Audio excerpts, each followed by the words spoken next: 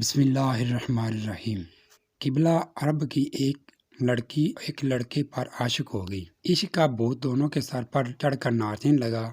مختصر یہ ہے کہ دونوں نے بھاگ کر شادی کرنے کا فیصلہ کر لیا۔ لڑکی نے کہا میرے پاس ایک تیز رفتار اونٹنی ہے، ہم رات کو ندی پار کر کے دوسرے شہر روانہ ہو جائیں گے۔ لڑکی نے بھی ہاں کر کے رضامندی کا اظہار کیا۔ رات کے پچھلے پہر وقت مقرر پر دونوں نے ندی کنارے اکٹھے ہوئے۔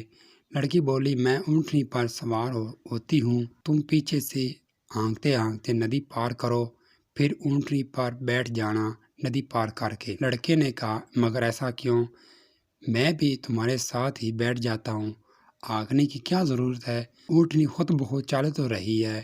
لڑکی نے کہا اس کا باپ بھی ہمارا پالتو اونٹ ہے، اس کی عادت تھی کہ وہ بیچ ندی میں جا کر بیٹھ جاتا ہے، پانی دیکھ کر مست ہو جاتا ہے اور مارنے پیٹنے پر بھی ڈھیٹ بنا رہتا ہے۔ یہ اونٹنی بھی پانی میں جا کر بیٹھ جاتی ہے، اس کی بھی عادت ہے، تو اس لیے تم سے کہہ رہی ہوں اس کو پیچھے سے ہانکتے جانا، پھر نہیں پانی میں بیٹھے گی اور ہمارا وقت بچ جائے گا، ہم صبح ہونے سے پہلے ہی شہر سے دور نکل جائیں گے۔ لڑکے نے کچھ دیر لڑکی کے چہرے پر نظریں گاڑتے رکھی اور پھر ٹھنڈا لمبا سانس لیا جیسے کوئی پختہ ارادہ کر چکا اور بولا ہم بھاگ کر شادی نہیں کریں گے، مقدر ہوا تو نکاح کریں گے، نہیں تو اللہ تعالیٰ کی رضا واپس اپنے گھر چلی جاؤ۔ لڑکی نے کہا مگر کیوں، اچانک کیا ہوا تمہیں؟ اس پر لڑکے نے کہا اس اونٹنی کے باپ کی خصلت اس میں منتقل ہو گئی ہے، تو کیا میری خصلت میری بیٹی میں اور آنے والی نسل میں